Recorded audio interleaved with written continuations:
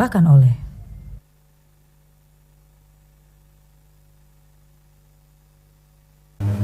Assalamualaikum warahmatullahi wabarakatuh pemirsa, apa kabarnya? Kembali lagi program Kesehatan Jendela hadir menjumpai Anda. Program Jendela membahas mengenai beragam permasalahan tentang kesehatan. Pemirsa, pada malam hari ini kita akan membahas mengenai penyakit jantung bawaan. Dan tentunya seperti biasa kita telah hadir di tengah-tengah kita Dr. Denny Salvera Yosi SPAK MKes, dokter spesialis anak konsultan kardiologi anak KMS Kesehatan dari Rumah Sakit Muhammad Husin Palembang. Dan langsung saja tentunya kita berkenalan bersama dokter kita pada malam hari ini. Halo, selamat malam dokter. Selamat malam Mbak Desti. Selamat malam. Aduh, unyu-unyu banget ya. Baik, ini panggilannya dengan dokter Yosi ya, iya, dok, ya. Baik, dokter Yosi. Pada malam hari ini tentunya di Jendela ini kita membahas mengenai penyakit jantung bawaan. Nah, kalau sedikit berbicara tentang penyakit jantung bawaan ini sendiri, itu apa itu dokter, penyakit jantung bawaan itu? Ya, makasih Mbak Desti. Jadi penyakit jantung bawaan itu adalah kelainan jantung, baik itu namanya anatomi bentuknya jantungnya atau aliran darah yang sebenarnya terjadi dari sejak dalam kandungan. Biasanya itu gangguannya itu terjadi pada 3 bulan kehamilan, karena pada waktu 3 bulan kehamilan itu adalah waktu pembentukan dari organ jantung. Jadi kalau ada gangguan dalam pembentukan organ jantung itu mungkin bisa berakibat terjadinya penyakit jantung bawaan. Gitu. Oke, baik. Jadi memang untuk penyakit jantung bawaan ini sendiri bisa dikenali atau diketahui pada usia kandungan ya dokter ya? Iya, cuma ya memang sebenarnya sekarang sudah ada namanya fetal echocardiogram. Jadi sama USG jantung ya. Jadi selama USG bayi biasanya kan mungkin Mbak Desti nanti ya sudah USG bayi ya. Jadi kita ada namanya fetal echocardiogram. Cuma memang tidak semua fasilitas kesehatan mempunyai dokter fetal maternal kalau dari obskinnya atau dokter kardiologi anak yang mendalami fetal echocardiogram. Jadi yang dilihat selain anaknya, bayinya, apakah itu laki-laki atau perempuan, atau ada biasanya sih lengkap enggak kayak gitu, tapi juga melihat struktur jantung secara detail. Tetapi namanya pemeriksaan di dalam kandungan ya kadang-kadang begitu lahir juga kadang-kadang juga berbeda. Tapi setidak-tidaknya kalau ada namanya penyakit jantung bawaan kritis yang bisa menyebabkan kematian begitu lahir atau dalam 1 bulan pertama, biasanya bisa terdeteksi kayak gitu. Oke, baik. Jadi memang kalau untuk lebih ingin tahu lagi ya dokter ya terkait organ-organ baik jantungnya sendiri. Kalau USG yang biasa itu kan hanya melihat detak jantungnya ya dokter ya, tidak melihat mungkin bagian struktur-struktur yang ada kendalanya ya dokter ya, kelainannya tadi. Baik, nah kalau untuk tanda penyakit dari bawaan jantung ini sendiri itu terjadi itu kenapa ini dokter?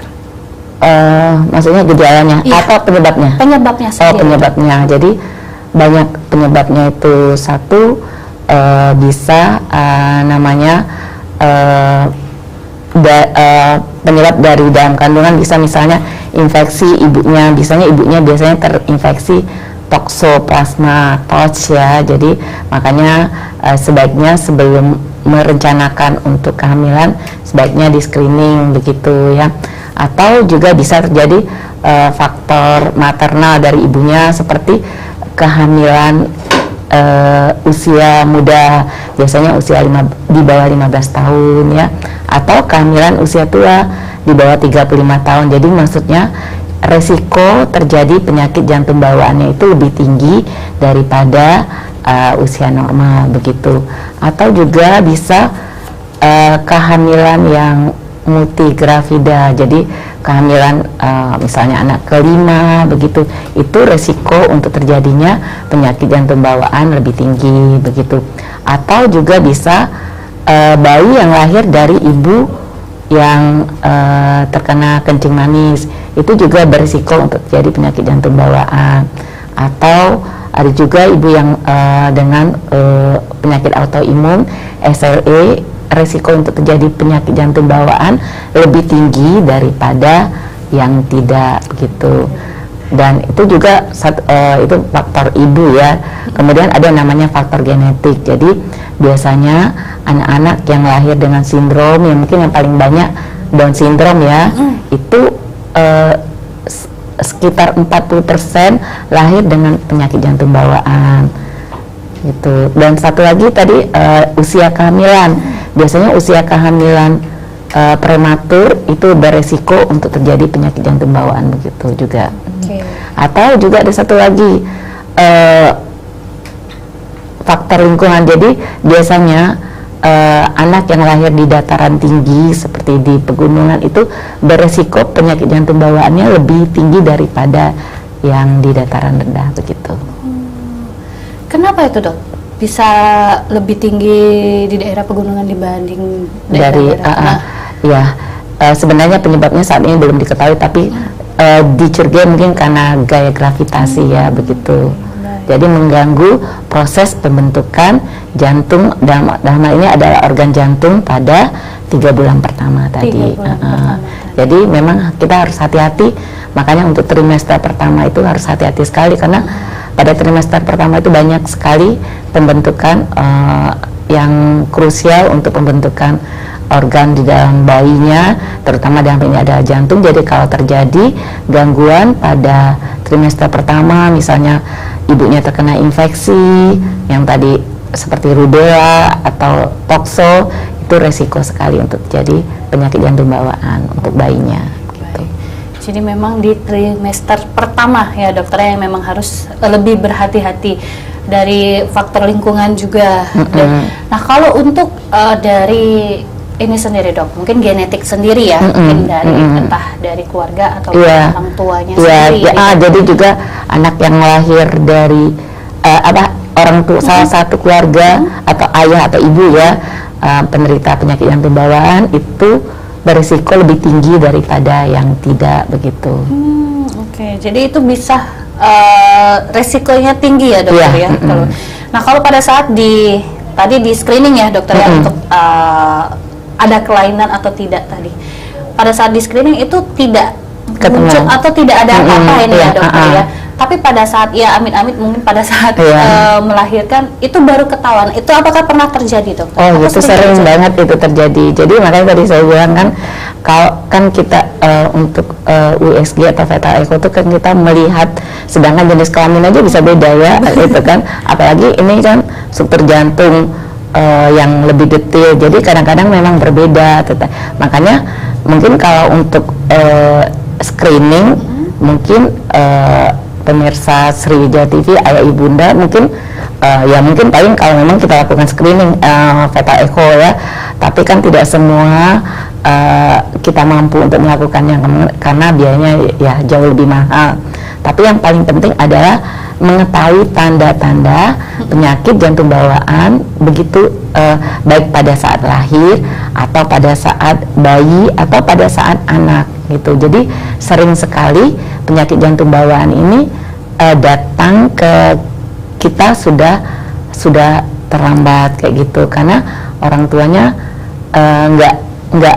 nggak menyadari kalau anaknya terkena penyakit jantung bawaan begitu.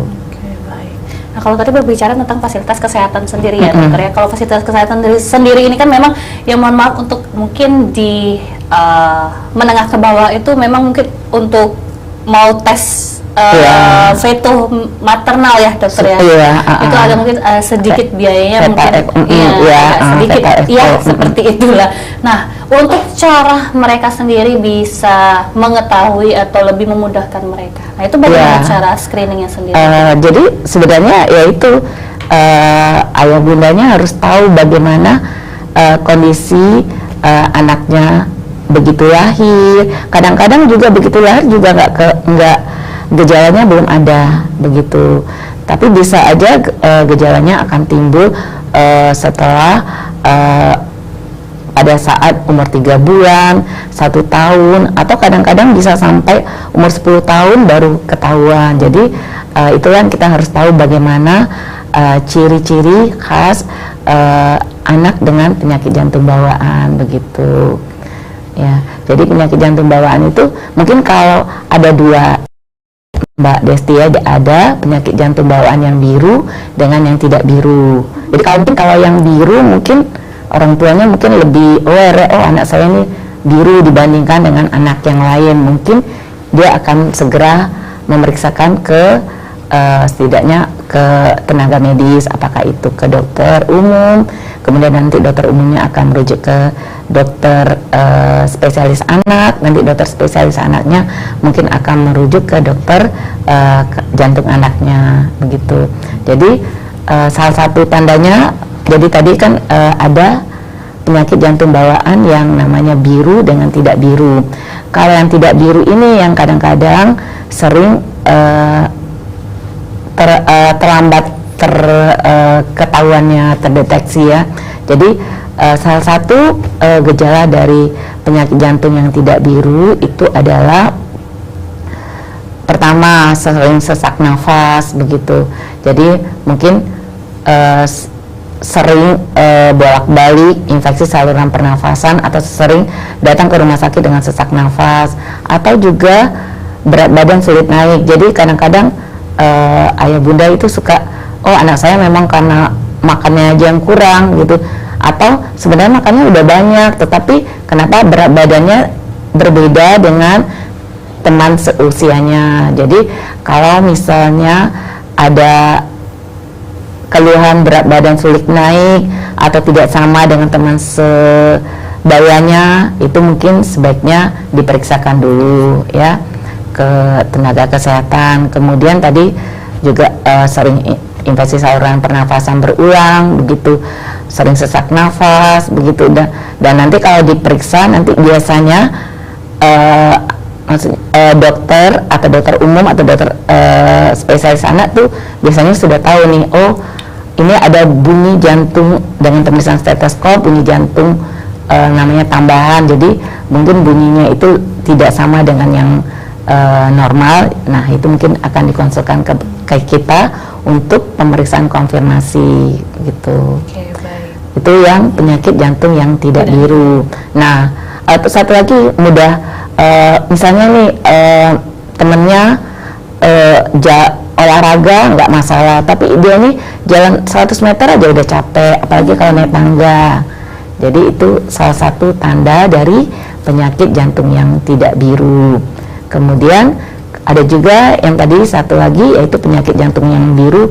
Biasanya biru waktu, terutama pada waktu menangis begitu, atau pada waktu batuk atau mengedan ya, dan biasanya biru di bibir, di lidah, dan kalau dia usianya yang sudah agak besar itu akan terlihat sekali biru di ujung-ujung kuku, dan jarinya itu lebih tebal ya, seperti jari tabuh kayak gitu. Nah itu ada salah satu gejala dari penyakit jantung bawaan biru. Atau kalau misalnya dia lagi jalan begitu sering jongkok, nah itu juga salah satu gejala penyakit jantung bawaan yang biru begitu, Mbak Desti. Baik, jadi memang ada beberapa ini ya dokter ya, ada clue-nya. Jadi bisa dilihat sendiri kalau misalnya nanti ada ciri-ciri tersebut, berarti patut untuk diperiksakan ya, dokter ya. Baik. Tapi nanti kita akan lanjutkan kembali dokter. Dan untuk pemirsa di rumah yang ingin berinteraktif bisa di 0711364666. Kami akan kembali tetap di Jendela. Tampil lebih segar dan percaya diri. Rawat kecantikan kulitmu di Divers Medical Aesthetic Clinic. Klinik kecantikan terpercaya di RS Muhammad Husin, Palembang. Perawatan wajah, pencerahan kulit, hingga treatment anti-aging. Semua dilakukan oleh tenaga profesional dengan fasilitas yang nyaman dan lengkap. Karena kulit sehat adalah awal dari rasa percaya diri. Kunjungi Divers Medical Aesthetic Clinic dan rasakan cantik versi terbaiknya. Mimpi lebih segar dan percaya diri. Rawat kecantikan kulitmu di Divers Medical Aesthetic Clinic. Klinik kecantikan terpercaya di RS Muhammad Usin, Palembang. Perawatan wajah, pencerahan kulit, hingga treatment anti-aging. Semua dilakukan oleh tenaga profesional dengan fasilitas yang nyaman dan lengkap. Karena kulit sehat adalah awal dari rasa percaya diri. Kunjungi Divers Medical Aesthetic Clinic dan rasakan cantik versi terbaiknya.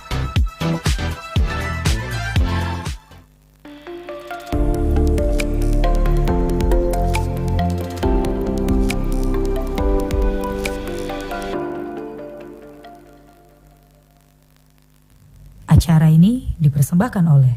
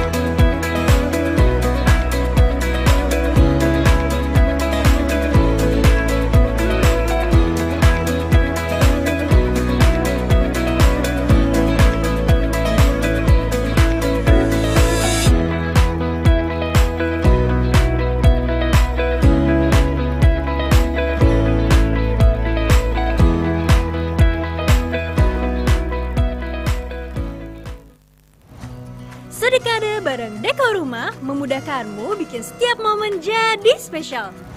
Hadirkan kedekatan jadi lebih mudah di dapur yang bikin betah di rumah. Proyek baru langsung gol berkat diskusi lancar di meja yang lebar. Desain ruang keluarga yang cozy jadikan perayaan ulang tahun makin happy. Mudah banget deh isi rumah bareng Deko Rumah. Sudah ada di 39 showroom, solusi segala kebutuhan rumahmu. Nikmati beragam promo menarik spesial ulang tahun Deko Rumah ke-10. Mulai dari produk furnitur hingga aksesoris lucu.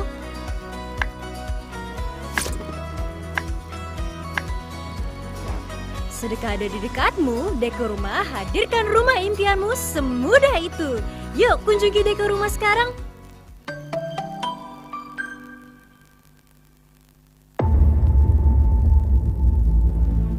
Kamu yakin nak ngajak budak ini ke tim kita? Woi, budak ni ada orang dalam. Onan Iron Man. Nah lantak. Budak ni ku janjikan gaji UMR tapi tak tahu gawinya apa. Sabar Bailur, daripada kamu nganggur di rumah.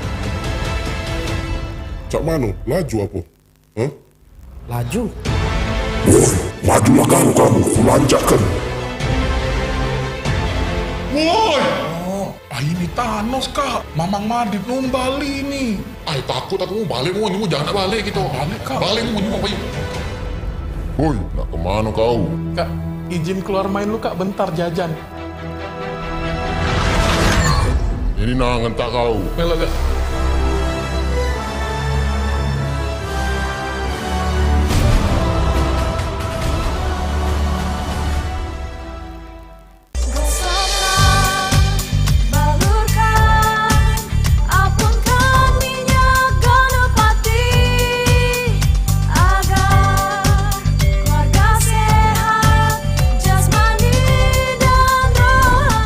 Dimanapun, saya selalu siap membawa minyak gosok Ganapati. Minyak gosok Ganapati telah teruji dapat meringankan panas, batuk, flu, pusing, sakit tenggorokan, masuk angin, sakit pinggang, vertigo, kesemutan, saraf kejepit, dan lemak akibat stroke. Minyak gosok Ganapati mengandung peppermint, bisa menghangatkan dan juga melegakan pernapasan. Ayo Mang CBC dulur galo-galo, coba ke minyak gosok Ganapati. Solusi untuk keluarga sehat.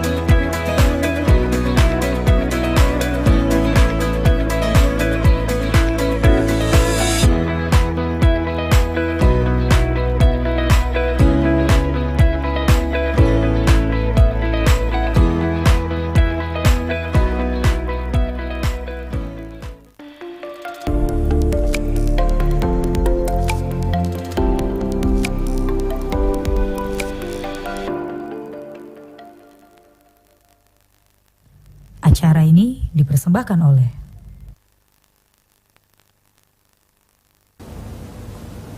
Baik, kembali lagi di Jendela pemirsa, masih bersama Dr. Denny Salvera Yosi SPAK MKes dari Rumah Sakit Muhammad Husin Palembang, dan masih dengan tema kita kenali penyakit jantung bawaan. Untuk pemirsa di rumah yang ingin berinteraktif bisa di 0711364666 atau bisa juga melalui chat kita di kanal YouTube di @sriwijaya_tv.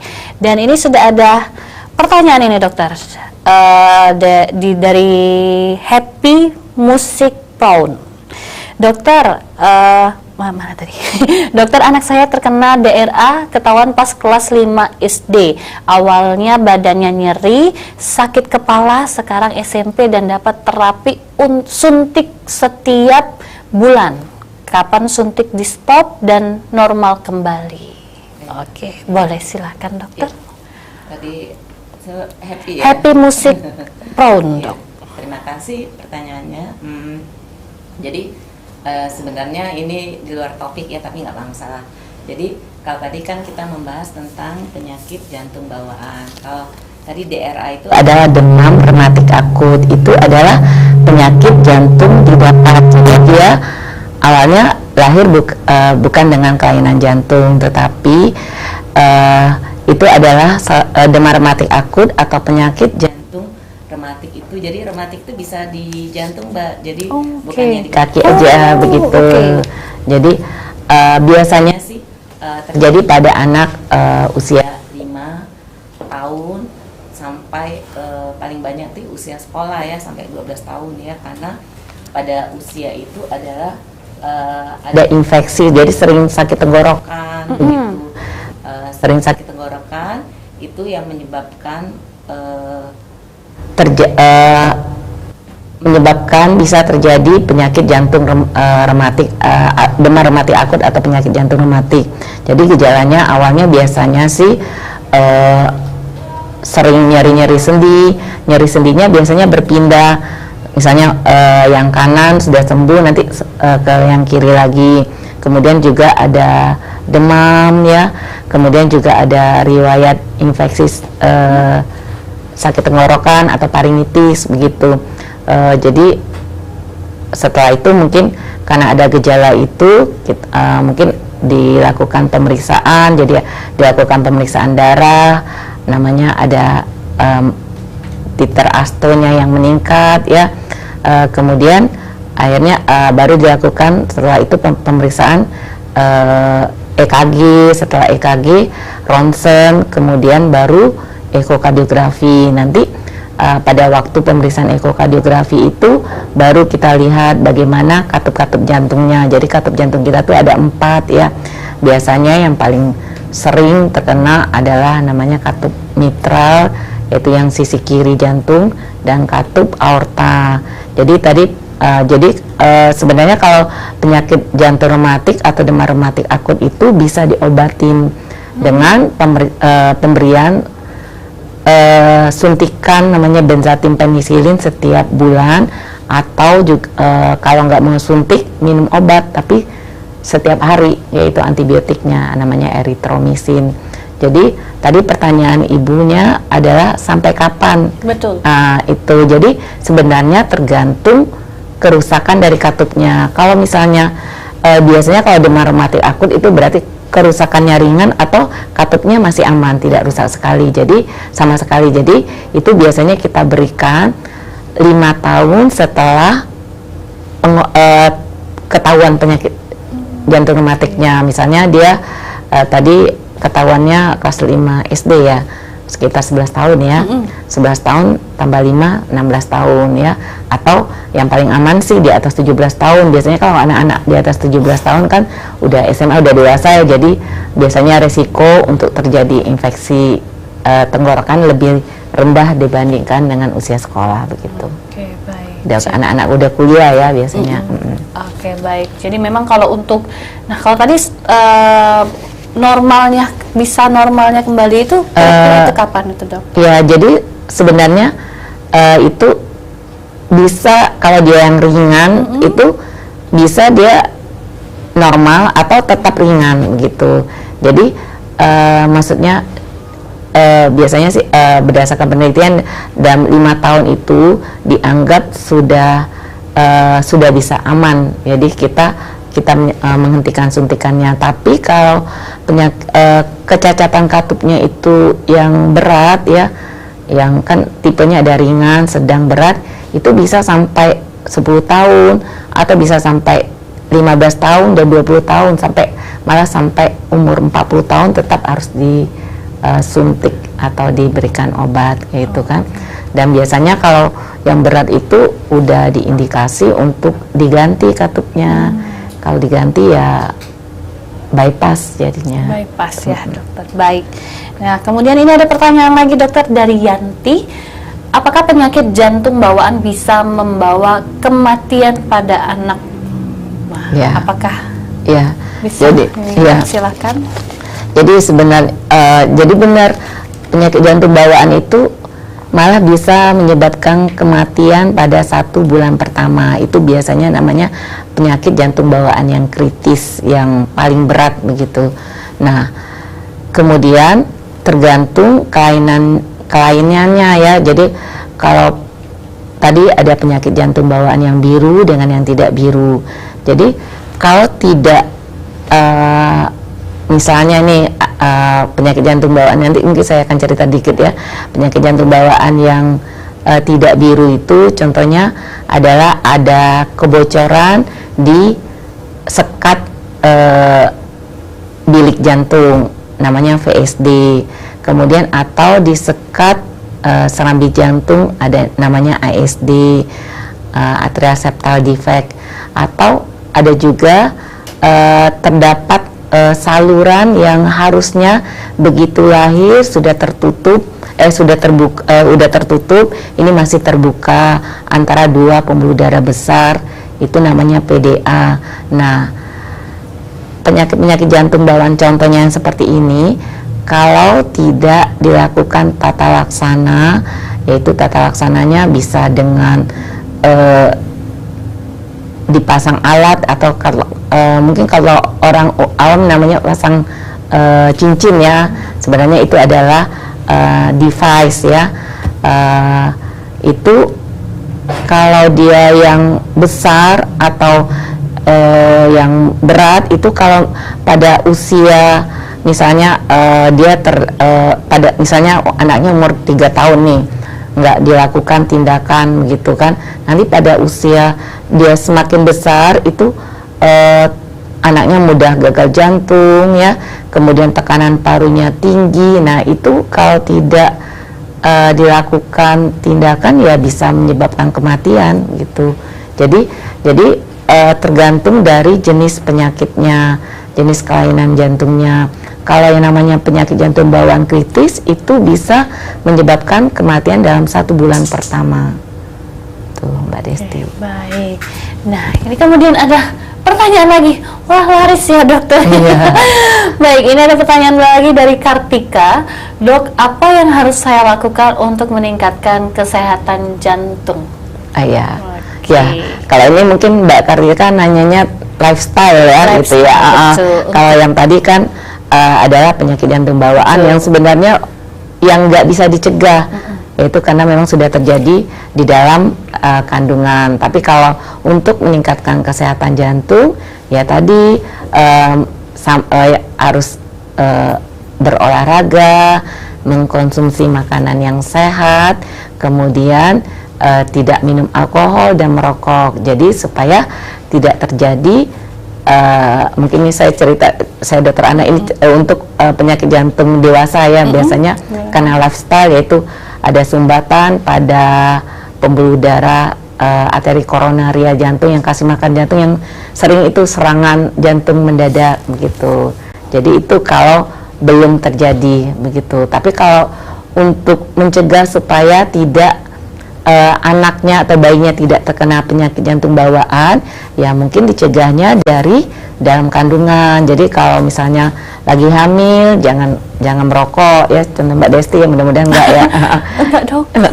Jangan merokok, jangan minum alkohol. Terus kalau misalnya berdekatan, misalnya ada keluarga yang kena campak ya, rubella misalnya, itu beresiko untuk terjadinya kelainan jantung bawaan tadi pada 3 bulan pertama. Misalnya, kita sih misalnya yang hamilnya mungkin nggak masalah ya kayak gitu kan, paling demam-demam atau merah-merah, tetapi resikonya adalah untuk si bayinya begitu. Oke, baik. Jadi memang untuk seperti merokok tadi jangan ya dokter ya. Itu sangat dilarang sekali. Baik, dan ini ada pertanyaan lagi dokter dari Riket Bayrara. Apakah makanan bisa jadi pemicu jantung dan apakah ada makanan yang harus dihindari? Ini untuk masuk tadi lagi untuk yang dewasa ya. Sepertinya untuk dewasa ya dokter. Nah, nggak apa-apa lah, dijawab aja. Jadi ya tadi ya salah satu penyebab penyakit jantung pada ada penyakit jantung pada yang kalau istilahnya itu STEMI itu kan, itu adalah karena makanan yang banyak mengandung kolesterol, jadi mudah terjadinya sumbatan. Jadi mungkin dihindari makanan yang mengandung kolesterol juga. Salah satu risikonya adalah darah tinggi ya. Jadi hindari yang kadar garamnya tinggi begitu. Nah kalau tadi kan itu untuk dewasa ya dok. Kalau untuk anak-anak sendiri ini dok, itu yang harus dihindari itu makanan apa saja ini? Nah tadi kan kalau penyakit jantung bawaan itu setelah dia lahir ya kita nggak bisa menghindari karena memang dia sudah terjadi kecacatan pada struktur jantungnya di dalam kandungan ya. Tapi kalau untuk penyakit jantung bawaan, penyakit jantung didapat pada anak, tadi salah satu tadi yang pertanyaan dari ibu apa tadi? Riket Bayrara. Bukan yang pertama kali, mati takut itu ada musik-musiknya, musik-musiknya tadi. Happy musik. Ya benar, happy musik itu, yaitu sebenarnya bukan menghindari makanan. Jadi yang dihindari adalah jangan sering terkena infeksi tenggorokan, yaitu radang tenggorokan. Jadi ya harus dihindari makanan yang menyebabkan radang tenggorokan ya, seperti ya anak-anak sekarang ya suka makan ciki, junk food kayak gitu. Jadi memang untuk makanan sendiri memang kalau sudah bawaan itu memang agak sulit ya dokter ya untuk kita ibunya yang harus mulai dari ibunya baru nanti ke anaknya. Baik, nanti ini banyak pertanyaan ini ya dokter ya. Nanti kita akan lanjutkan kembali dokter. Tentunya masih ada beberapa pertanyaan yang tentunya yang harus kita selesaikan. Dan untuk pemirsa di rumah yang ingin berinteraktif masih bisa di 0711364666 atau bisa juga melalui chat kita di kanal YouTube di @sriwijaya.tv. Jangan kemana-mana, tetap di Jendela. Tampil lebih segar dan percaya diri. Rawat kecantikan kulitmu di Divers Medical Aesthetic Clinic.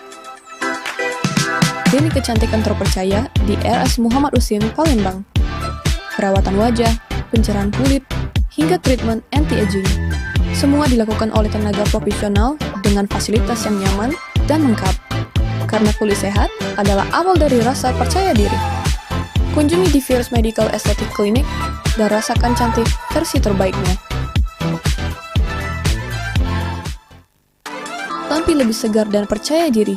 Rawat kecantikan kulitmu di Divers Medical Aesthetic Clinic. Klinik kecantikan terpercaya di RS Muhammad Usin, Palembang. Perawatan wajah, pencerahan kulit, hingga treatment anti-aging. Semua dilakukan oleh tenaga profesional dengan fasilitas yang nyaman dan lengkap. Karena kulit sehat adalah awal dari rasa percaya diri. Kunjungi Divers Medical Aesthetic Clinic dan rasakan cantik versi terbaiknya.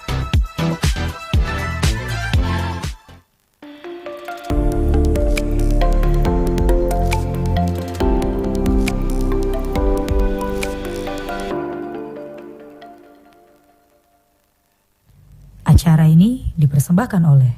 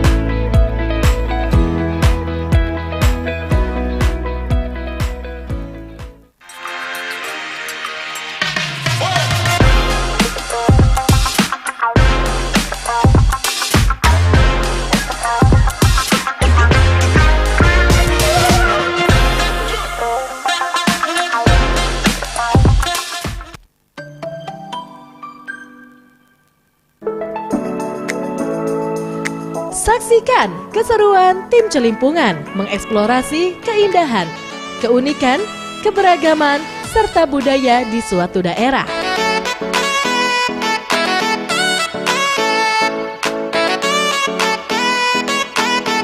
Celimpungan, celingak-celinguk kampung Anda. Setiap minggu pukul 19.00 waktu Indonesia Barat. Hanya di Sriwijaya TV.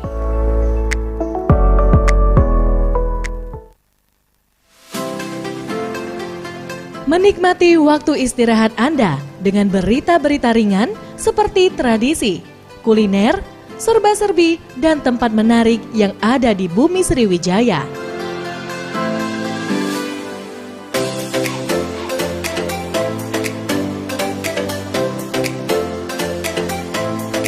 Hanya di Cerita Sriwijaya, Jumat 19.30 waktu Indonesia Barat. Hanya di Sriwijaya TV.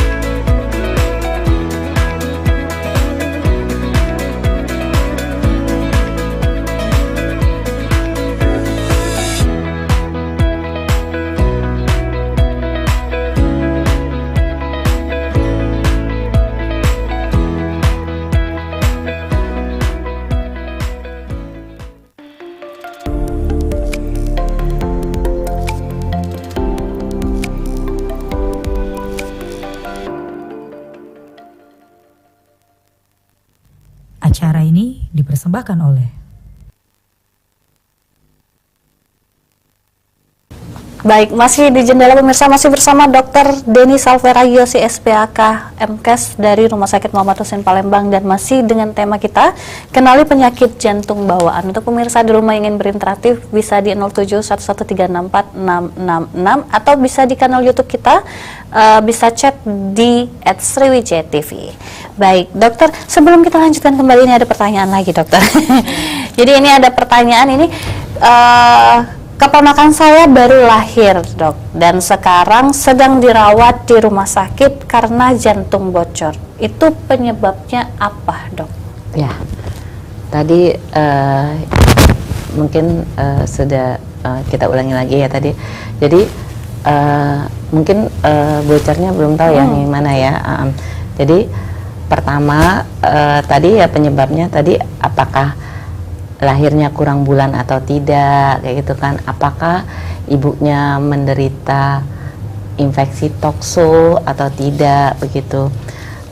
Kemudian apakah ibunya darah tinggi atau tidak, apakah ibunya menderita kencing manis atau tidak, kayak gitu, atau anak lahir dengan sindrom, atau kadang-kadang nggak ketemu semuanya itu tanpa yang penyebabnya itu tidak diketahui ya. Jadi tergantung penyakit jantung bawaannya ya tadi ya.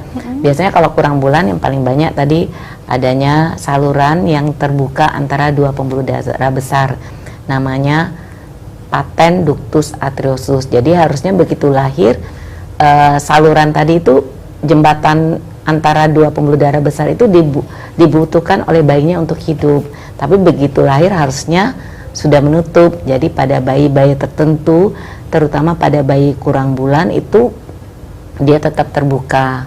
Jadi itu namanya paten ductus arteriosus. Tapi sebenarnya kalau PDA pada bayi kurang bulan itu masih bisa diberikan pengobatannya sebenarnya sangat mudah sekali, yaitu paracetamol. Tapi memang harus dicek dulu benar nggak ini PDA atau tidak, begitu.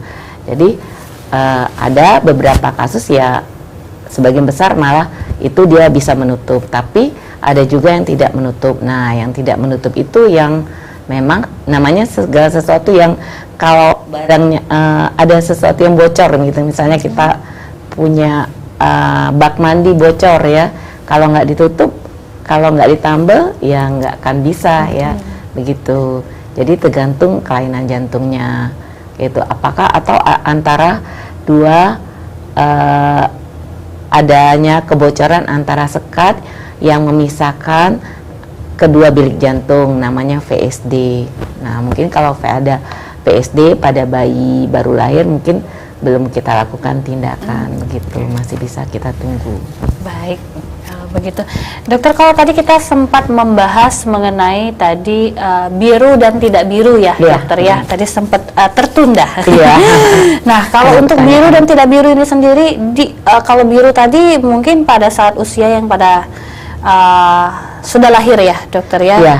Kalau penyakit jantung bawaan kritis itu bisa kita lihat itu ada yang begitu lahir atau pada 1 minggu pertama atau 1 bulan pertama itu udah bisa terlihat.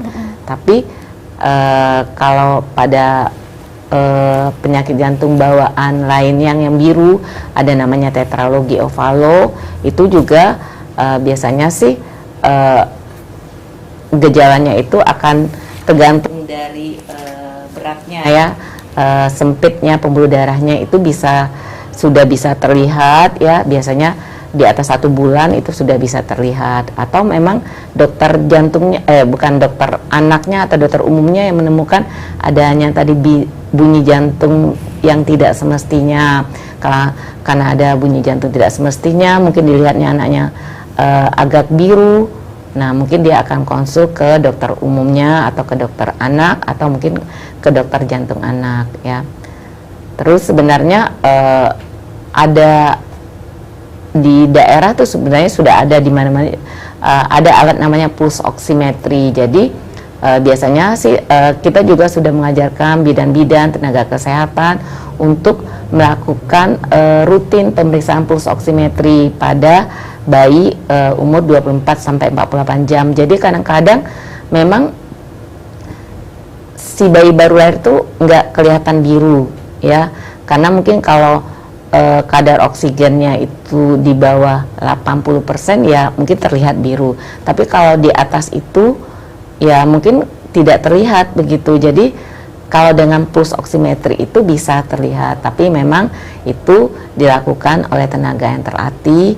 Sebenarnya alatnya murah sekali, mungkin sekitar cuma memang sebenarnya kalau ya nggak usah sebut merek ya, nggak terlampau mahal ya. Jadi itu bisa dilakukan oleh bidan, perawat, dokter umum, dokter anak. Nah, kalau kadar oksigen yang normal itu kan 95% ke atas. Kalau di bawah itu mungkin bisa dikonsulkan ke kita untuk membuktikan benar nggak ini penyakit jantung bawaan biru.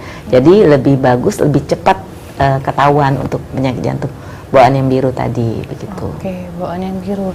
Kalau tidak biru sendiri itu, yang tadi yang tidak biru tadi ya tertunda ya.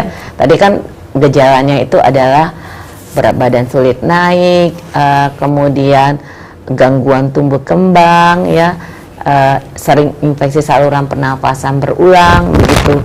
Nah, mungkin nanti akan diperiksa ke tenaga kesehatan, ternyata ada bunyi jantung tambahan yang tidak semestinya. Itulah nanti yang akan dikonsulkan ke kami kardiologi anak untuk memastikan benar nggak ini kelainan jantung begitu. Jadi memang berjenjang ya.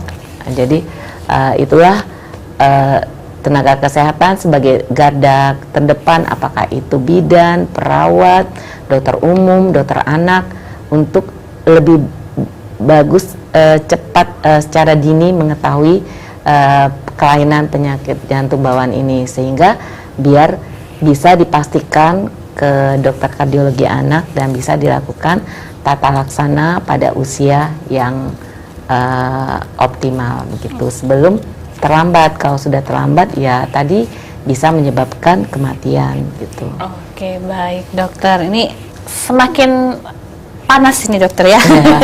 Semakin banyak pertanyaan kita tentunya, dan nanti kita akan lanjutkan kembali dokter. Dan untuk pemirsa yang masih ingin berinteraktif bisa di 0711364666 atau di kanal YouTube kita di Sriwijaya TV. Jangan kemana-mana, tetap di Jendela. Tampil lebih segar dan percaya diri. Rawat kecantikan kulitmu di Divers Medical Aesthetic Clinic. Klinik kecantikan terpercaya di RS Muhammad Husin, Palembang. Perawatan wajah, pencerahan kulit, hingga treatment anti-aging. Semua dilakukan oleh tenaga profesional dengan fasilitas yang nyaman dan lengkap. Karena kulit sehat adalah awal dari rasa percaya diri. Kunjungi Divers Medical Aesthetic Clinic dan rasakan cantik versi terbaiknya.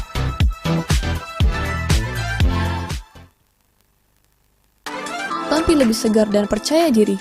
Rawat kecantikan kulitmu di Divers Medical Aesthetic Clinic.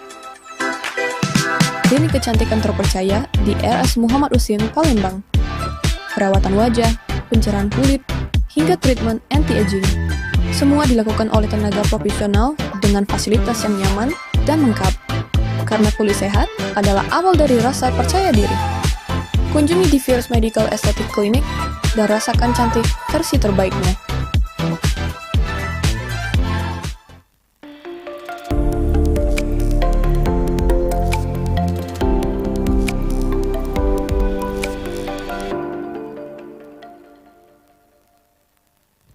Acara ini dipersembahkan oleh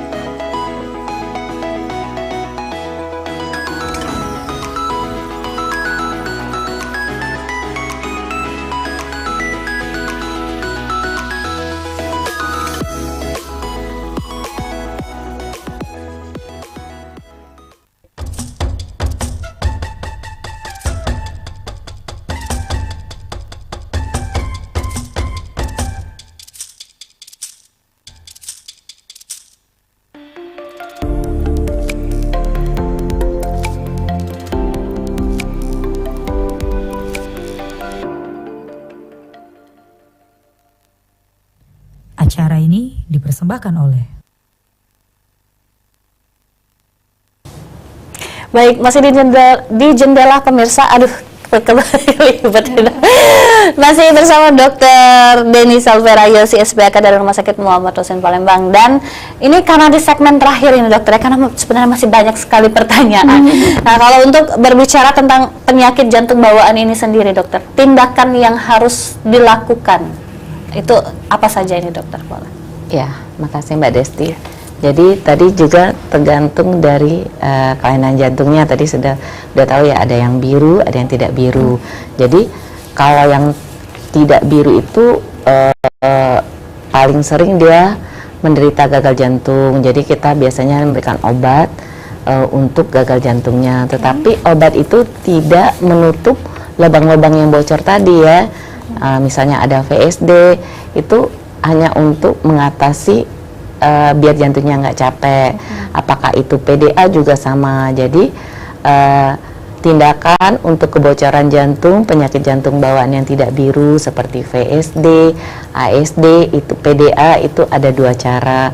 Jadi pertama namanya kardiologi intervensi, yaitu yang misalnya PDA, kita lakukan tindakan namanya transkateter PDA closure. Kemudian untuk VSD, transkateter VSD closure.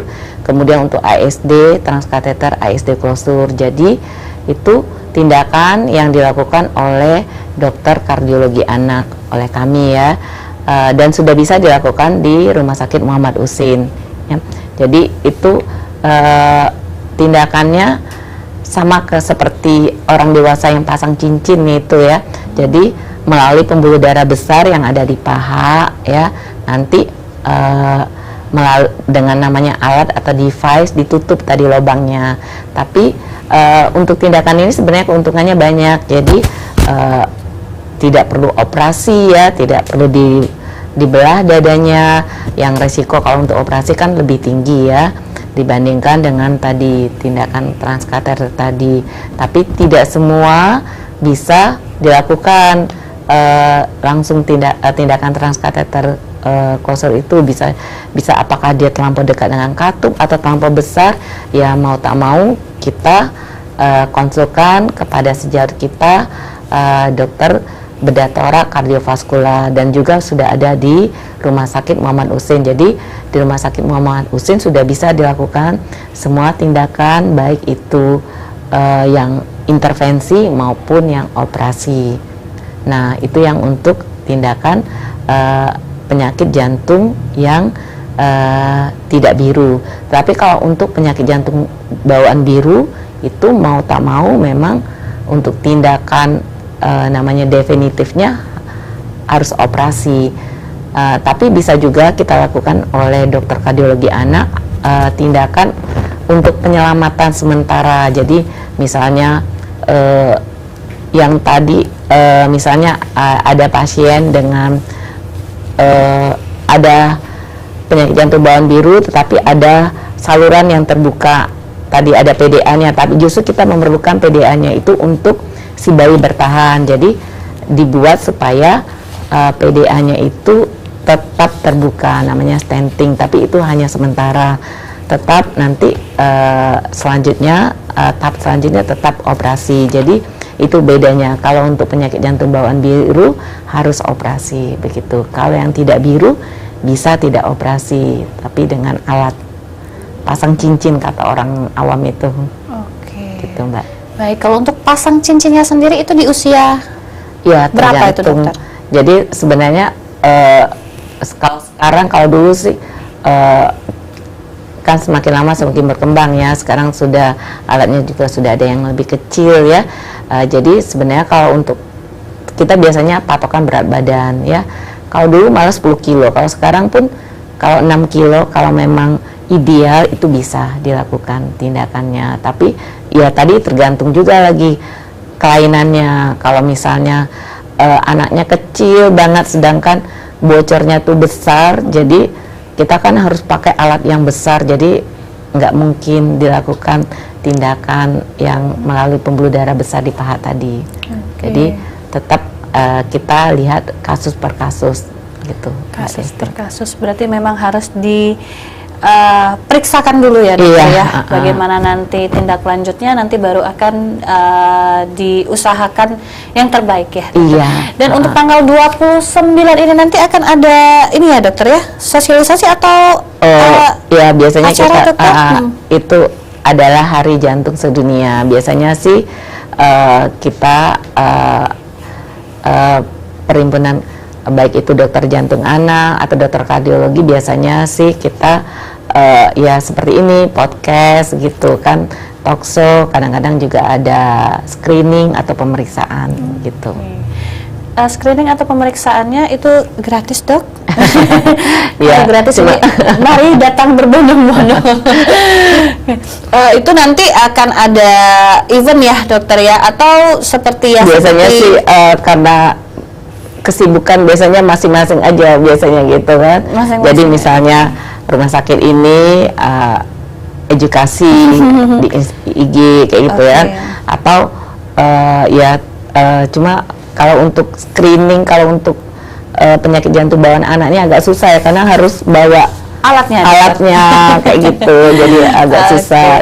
Baik dokter, baik dokter, sedikit dokter, karena kita sudah sampai di penghujung acaranya dokter, sedikit pesan-pesan untuk pemirsa Sriwijaya TV di rumah ini terkait mungkin kelainan penyakit jantung bawaan ini sendiri, mungkin bisa lebih aware lagi dokter, boleh silakan. Iya, oke. Ya, untuk pemirsa Sriwijaya TV, jadi yang paling penting yang seperti saya katakan tadi, mengetahui gejala dini penyakit jantung bawaan.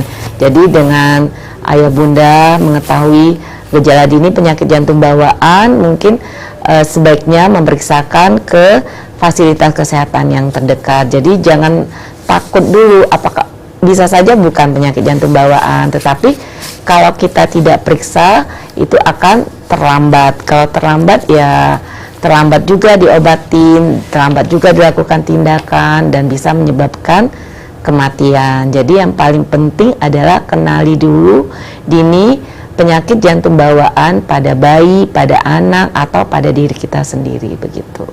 Baik. Ya. Terima kasih banyak Dr. Denny Salvera Yosi SPAK MKes ini. Panggilannya Dokter Yosi. Terima kasih banyak dokter sudah hadir di Jendela. Nanti insya Allah bisa bertemu lagi ya dokter ya. Semoga bermanfaat. Baik. Dan untuk pemirsa di rumah, demikian dialog kesehatan Jendela pada malam hari ini. Banyak sekali informasi yang pemirsa bisa dapatkan karena kami menghadirkan pakar yang ahli di bidangnya. Saksikan terus Jendela hanya di Sriwijaya TV, dan kami juga mengucapkan terima kasih untuk tentunya sponsor kita pada malam hari ini ya dokter ya. Ini kalau pemirsa ingin mencari furniture idaman, ini bisa langsung ke dekor rumah. Oke, baik, dan saya Desti Rizky pamit. Terima kasih. Wassalamualaikum warahmatullahi wabarakatuh. Sampai jumpa.